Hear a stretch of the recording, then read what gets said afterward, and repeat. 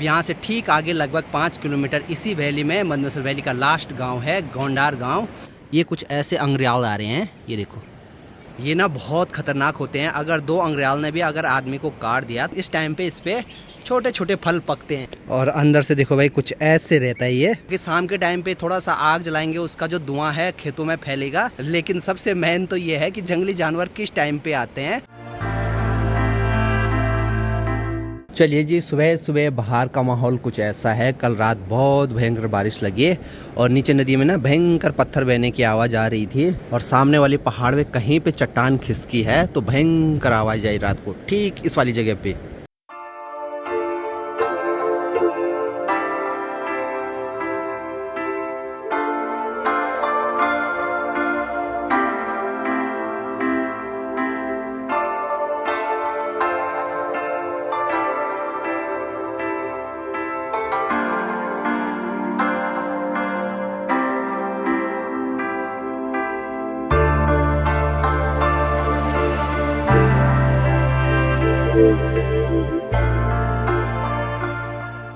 अब आज भी बारिश लगने के पूरे चांस लग रहे हैं। चलिए जी, आज के दिन की शुरुआत भी करते हैं।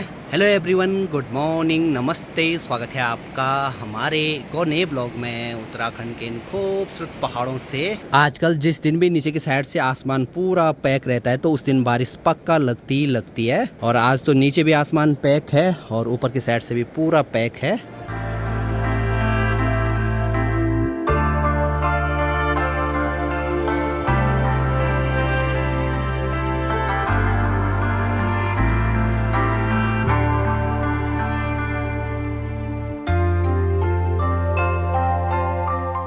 अब आजकल घर के चारों तरफ ये सब्जी की बेलें हैं जिन पे छोटे छोटे फूल खिले हुए हैं और इन्हीं पे आजकल ये कुछ ऐसे अंग्रेयाल आ रहे हैं, ये देखो, इन फूलों पे बैठने के लिए।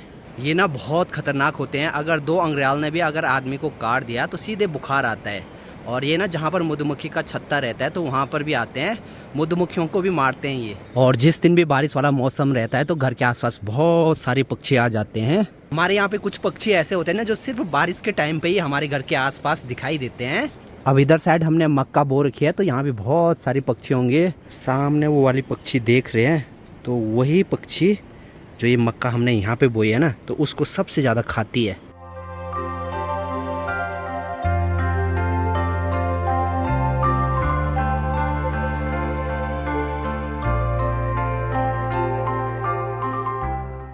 अब आजकल हमारे खेतों में जो भी फसल है, धान, मंडुआ, झंगोरा, तो पक्षियाँ अब उनको खाने लग गई है। हमारा काम है अपने फसलों को बचाना, हमारी नज़रों से बच के अब वो जितना खा सके। बाकी ऐसे दिन के टाइम पे बार बार यहाँ खेतों के आसपास आना पड़ता है, थोड़ा बहुत शोर शराबा करना पड़ता है। और डब्बू भी एक चक्कर मार के आ गया खेतों से। और यहीं घर के आसपास खूब सारे छंछरे के पेड़ हैं और इन पर देखो भाई आजकल छंछरे भी पकने लग गए। ये देखो, एक यहाँ नीचे भी गिर रखा है। इस वाले पेड़ को हम ज़्यादातर चारे के लिए यूज में करते हैं, लेकिन इस टाइम पे इस पे छोटे छोटे फल पकते हैं जो कि खाने में बहुत स्वादिष्ट होते हैं। इसके ये बाहर वाला छिक्कल निकालना पड़ता है और अंदर से देखो भाई कुछ ऐसे रहता है, ये बहुत मीठा होता है। ये सब चीज़ें जब रिस्सू घर में रहता था ना तो रिस्सू को बहुत पसंद थी। जितनी भी बेरियाँ यहाँ पहाड़ों में होती हैं रिस्सू ने सब खाई होंगी। ये देखो छोटा सा ही पेड़ है यहाँ पे और इतने मैंने अभी निकाल दिए। तो इनको हमारे यहाँ पे बोलते हैं छंछरा। तो चलो भाई मैं इनको ना यहाँ पे रखता हूँ, कोई ना कोई पक्षी यहाँ से आके इनको ज़रूर खाएगी। हमने खेतों में एक और प्लास्टिक वाला घर बना रखा है। एक तो पहले ये ऊपर की साइड यहाँ पे बनाया हुआ है और एक अब यहाँ पे बना दिया है। चलिए जी, दिन का खाना बनकर भी तैयार है। आज बनी है दाल चावल और साथ में ये है करेले की सब्जी।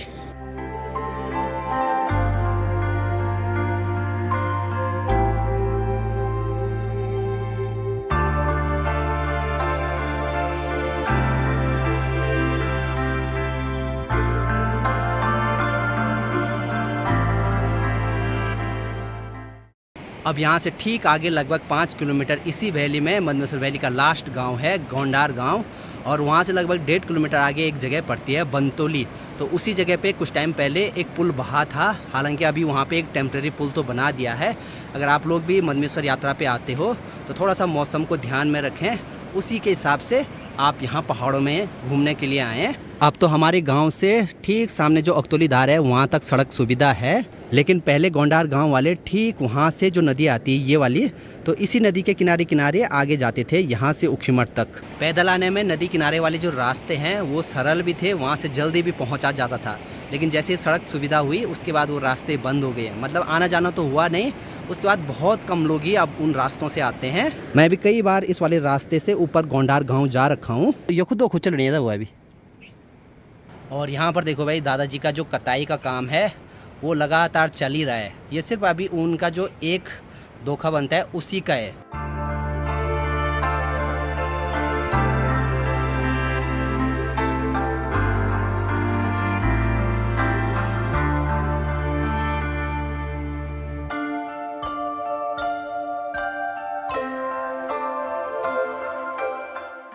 अब शाम के इस वाले टाइम पे हमारे घर में चाय बनती ही बनती है। माँ यहाँ पर गर्मा गर्म चाय लेकर आ गई है। अच्छी बात यह है कि अभी नीचे की साइड से एकदम घमलगा हो गया है, मतलब आसमान खुलने लग गया है। तो चलिए जी, अभी बड़ी माँ और चाची जी की तैयारी है ऊपर कीर्तन में जाने की। आज है कीर्तन कहाँ? अभी ये कीर्तन 5-6 दिन और चलेगा। पूरे सावन के महीने कीर्तन भजन तो होता ही है। और आज कीर्तन है यहाँ ऊपर कांडा में।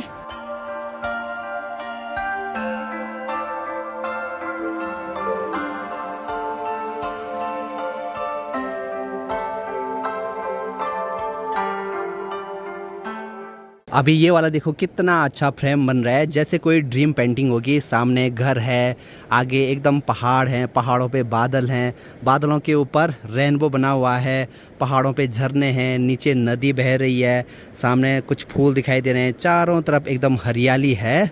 मतलब कि नेचर की ये एक साइकिल है और ये कंटिन्यू ऐसे चलती रहती है। यही साइकिल दोबारा आने के लिए पूरा 1 साल का इंतजार करना पड़ेगा। जैसे बरसात समाप्त हो जाएगी उसके बाद ऊपर ऊपर इन पहाड़ों पे बर्फ दिखनी शुरू हो जाएगी। अभी शाम के टाइम पे घर में भी कोई नहीं है, तो मैं सोच रहा हूँ खेतों में हमने जो वोडा प्लास्टिक वाला घर बनाया है तो वहाँ चलते हैं देखने के लिए कि वहाँ पे अंदर क्या क्या रखा है और रात को रुकने की व्यवस्था भी है वहाँ पे कि नहीं है। और देखो भाई, अभी दादी जी भी आ गई। दादी जी का भी वहाँ पे वोडा बना रखा है। लालटेन भी रखी हूँ। ये देखो भाई, आज तो हाँ, दादी जी के पास अभी जो ये सूखी घास है वो वहाँ पर आग जलाने के लिए है। अब मुझे लगता है यहाँ खेतों में अभी चोर घुस गया है। यहाँ पे देखो, डॉली अपने खेत से सब्जी निकाल रही है। और आज संडे है तो आज डॉली भी नीचे तरसाली वाले घर में आ रखी है। वैसे ये ऊपर रांची में इनका घर है, वहीं पे रहते हैं आजकल बरसात में। तो यहाँ पर ये है कड़वे करेले की बेल। इस बार यहाँ पे अवान बड़ा नहीं लगा रखा है तो इसलिए ये बेल देखो ऐसे ही उलझ गई। अगर इस पे बड़ा अवान मतलब टहनी लगाते तो बेलों को सपोर्ट मिलता है और उससे ना बेलें सड़ती नहीं है, लंबे टाइम तक रहती हैं। चलिए जी, अभी माँ की तैयारी भी हो गई है गौशाला जाने की, दूध निकालने की।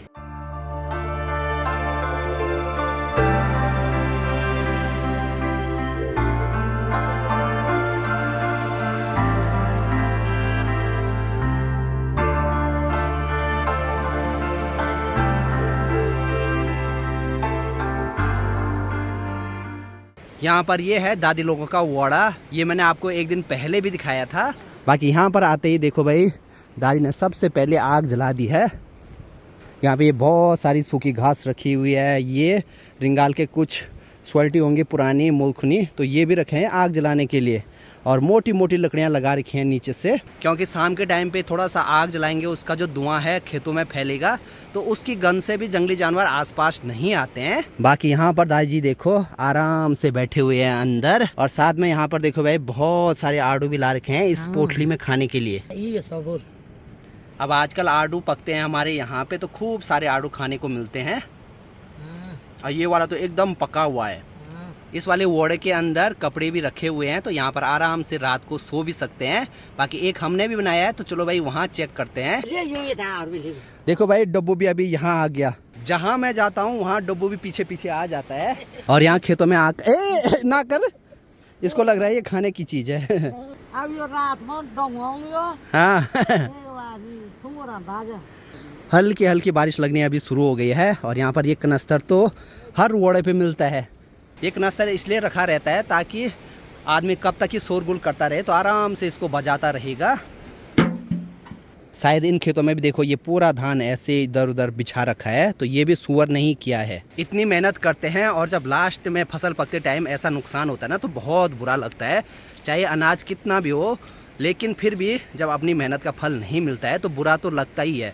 हमारे इतने खेत किसी के भी नहीं यहाँ पे कि अगर उस पर अच्छे से अनाज भी हो जाए तो वो साल भर चले, लेकिन फिर भी एक संतुष्टि होती है, जितनी मेहनत कर रहे हैं एटलीस्ट उतना तो मिले।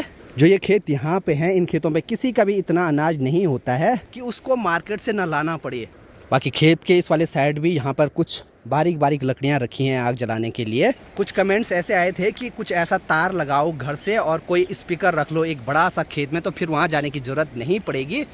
ये भी अच्छा आइडिया है, लेकिन पर उसके लिए चाहिए घर से एक लंबा सा तार लगभग 200 मीटर का और एक बड़ा सा स्पीकर। इन खेतों में भी ये पूरा नुकसान हो रखा है, यहाँ से कोई सुअर गया होगा। मुझे लगता है हमें यहाँ ऐसी खेती करनी चाहिए जिसमें जंगली जानवर भी ज़्यादा नुकसान न करे और साथ में मुनाफा भी ज़्यादा हो। और ऐसा हो सकता है बागवानी में बिल्कुल चारों तरफ फलों के पेड़ लगाएं, अब बस उन्हीं की हेर देख करें, तो ये एक ऑप्शन हो सकता है। लेकिन घर वालों की वही सोच है जैसे बरसों से चले आ रहा है, बस गेहूँ धान जौ तिल यही बो। ये नीचे वाला हमारा खेत है जिसमें ये पूरा धान ऐसे नीचे बिछा रखा है, और अभी जिस खेत से मैं आगे जा रहा हूँ ये ऊपर भाभी लोगों का है। पूरा धान यहाँ भी ऐसे ही हो रखा है, और इन्हीं खेतों के बीच में ये यहाँ पर बना रखा है हमारा वड़ा। और यहाँ पे मैं पहली बार आ रहा हूँ। बाहर पे ये आग जलाने के लिए बना रखा है, सामने एक कनस्तर रखा हुआ है, और शायद यहाँ पे इस प्लास्टिक के अंदर कपड़े रखे होंगे। ये वाली जगह खेतों के एकदम बीच में है। यहाँ से ना अगर शोरगुल करेंगे, यहाँ पे रहेंगे, तो यहाँ से अगर ऊपर से आएगा कोई जंगली जानवर वो भी भाग जाएगा, और यहाँ नीचे की साइड से आएगा तो वो भी भाग जाएगा। लेकिन सबसे मेन तो ये है कि जंगली जानवर किस टाइम पे आते हैं। यहाँ पे रहते भी हैं लेकिन फिर भी पता नहीं चलता भाई कि कब आता है। हमारी इस वाली जगह पे लगभग 4-5 खेत हैं जिनमें हमने धान बो रखा है। और एक बात है, अगर इन पे ना अच्छे से धान हो भी जाए, मतलब कि कोई जंगली जानवर अगर नुकसान ना करे, फिर भी लगभग 2 बोरी ही धान होगा। मैक्सिमम लगा दो 3 बोरी के आसपास होगा, और 3 बोरी में तो पूरे साल भर ये अनाज चलेगा नहीं। बस ये है कि खेत हैं, इनको बंजर भी नहीं छोड़ सकते हैं। वैसे तो आज हम रास्ते वाले घर में जाने की सोच रहे थे, फिर पता नहीं अचानक क्या हुआ, फिर आज यहीं रुक गए। और अभी शाम के टाइम पे देखो भाई फिर से बारिश लगनी शुरू हो गई है, और नीचे की साइड से भी देखो पूरा आसमान पैक हो रखा है। चलो भाई देखी जाएगी। वैसे होता तो कुछ नहीं है, लेकिन थोड़ा सा रात को तो डर रहता ही है। रात की सब्जी की तैयारी हो गई है। आज बनाएंगे हम मिक्स सब्जी, आलू बैंगन टमाटर चिचिंडा।